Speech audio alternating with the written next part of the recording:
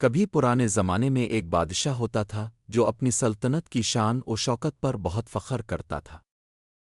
اس کا محل سونے چاندی سے چمکتا تھا، غلام و خادم ہر وقت خدمت میں حاضر رہتے تھے، اور کھانے پینے کے لیے دنیا کی نایاب چیزیں روز آتی تھیں۔ مگر ایک بات تھی، بادشاہ انتہائی نادان اور بے وقوف تھا۔ وہ بات بات پر خوشامد سننا پسند کرتا اور اپنی غلطی تسلیم کرنے کو اپنی توہین سمجھتا تھا۔ وزیر، مشیر، درباری سب جانتے تھے کہ بادشاہ کو عقل نہیں، مگر سب خاموش رہتے تاکہ عہدہ اور مال نہ چھن جائے۔ بادشاہ دن رات خوشامد سن کر خوش رہتا، مگر دل کا سکون اسے کبھی نہیں ملا۔ ایک دن دوپہر کے وقت دربار میں ایک درویش داخل ہوا۔ اس کے کپڑے پرانے مگر صاف، چہرے پر عجب نور اور آنکھوں میں سکون کا سمندر تھا۔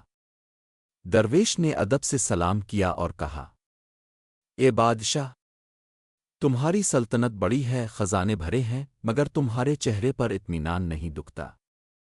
کیا میں تمہیں اصل سکون کا راستہ دکھاؤں؟ بادشاہ حیران ہو کر بولا، میرے پاس سب کچھ ہے، دولت، محل، فوج، خدم و حشم، پھر بھی تاؤ کہتا ہے مجھے سکون نہیں۔ اچھا آؤ میرے ساتھ کھانا کھاؤ، دیکھو دنیا میں مجھ سے بہتر کوئی کھانا نہیں کھاتا۔ درویش مسکرایا اور بولا، بادشاہ سلامت، میں صرف وہی کھاتا ہوں جو اپنی محنت سے کماتا ہوں۔ اجازت ہو تو میں اپنا کھانا لے آؤں؟ بادشاہ ہنسا اور بولا، ضرور، مگر یاد رکھنا تمہارا کھانا میرے دسترخوان کے سامنے مٹی کے برابر ہوگا۔ کچھ دیر بعد درویش ایک مٹی کے پیالے میں دال اور سوکھی روٹی لے آیا۔ وہ محل کے ایک کونے میں بیٹھ کر آہستہ آہستہ کھانے لگا۔ بادشاہ نے دیکھا تو حیرت میں پڑ گیا، یہ کیا کھا رہے ہو؟ اس میں نہ خوشبو ہے نہ ذائقہ، تمہیں کیسے مزہ آتا ہے؟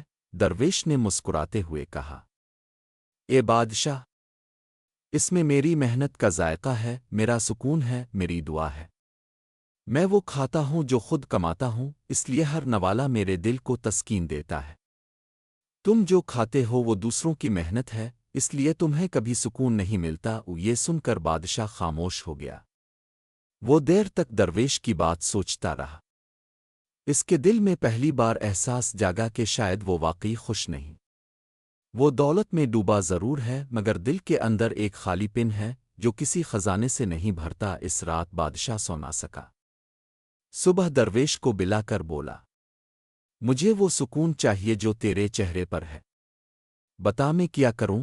درویش نے کہا، غرور چھوڑ دو، لوگوں کے دکھ درد سمجھو اور دولت کو بانٹنا سیکھو۔ اصل بادشاہ وہ نہیں جو حکم دیتا ہے، بلکہ وہ ہے جو اپنے عوام کے دل جیت لیتا ہے۔ یہ سن کر بادشاہ کی آنکھوں سے آنسو بہہ نکلے۔ اسی دن سے اس نے اپنی عادتیں بدل لیں۔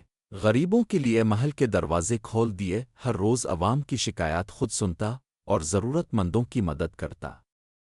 آہستہ آہستہ لوگوں نے اسے عقل مند اور رحم دل بادشاہ کہنا شروع کر دیا۔ جب درویش نے یہ تبدیلی دیکھی تو وہ مسکرا کر بولا، اب تم سچے بادشاہ ہو، کیونکہ جو دلوں پر حکومت کرے وہی اصل بادشاہ ہوتا ہے۔